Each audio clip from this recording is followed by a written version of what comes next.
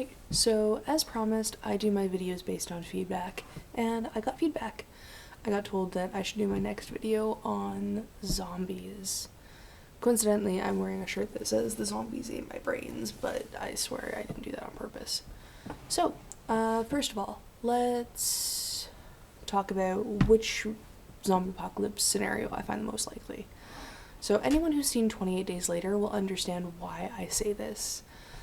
It's actually been proven that the undead cannot come back to life. Not just because of the obvious reasons, but because the muscle tissue is the first thing that deteriorates, and without muscle, we can't do anything. Our bones are not attached to anything else, our ligaments are useless, our joints won't do anything, because the muscle is what makes us move. So, what I find to be the most likely is the 28 Days Later scenario of the rage virus.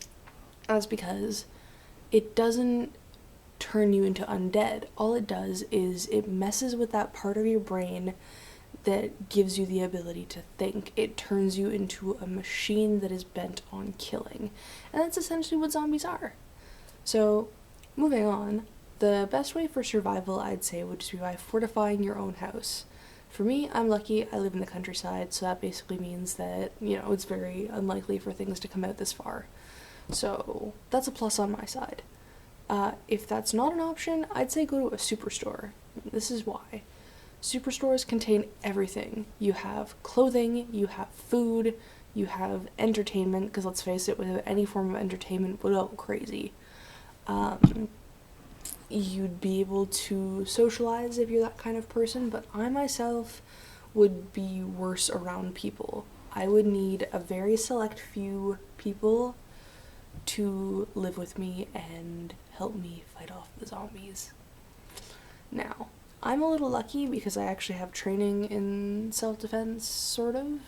I have never had formal training, but I know how to use a gun, which is rare for many Canadian females, just because they're not common out here. I know how to use swords. I actually just practiced for the fun of it.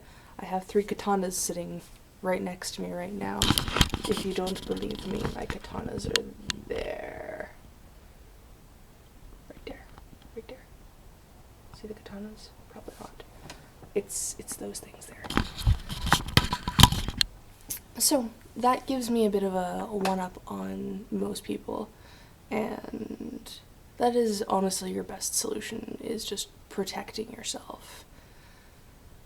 I guess as long as you have a good food supply, you're pretty much set to go. Make sure to get lots of canned goods, and jarred goods.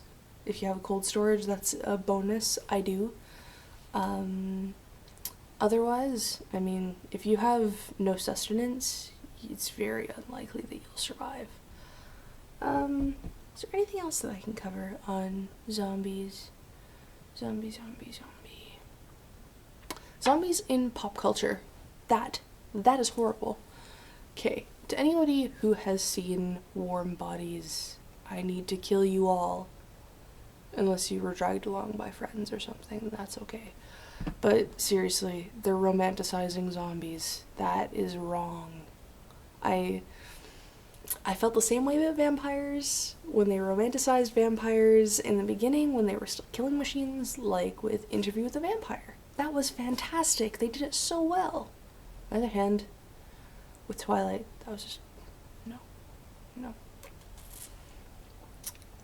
So that being said, the romanticization of horror monsters really needs to stop. Even with the creepypastas, it's getting a little weird. All the people that are like, "Oh my god, Jeff the Killer, I need to, make love with you, you're beautiful." No, he'd fucking slaughter you. He would cut your face off. I don't see why people are so confused by this. So, if I've missed anything, let me know. I'll cover it in another video. But that is my basis for zombies.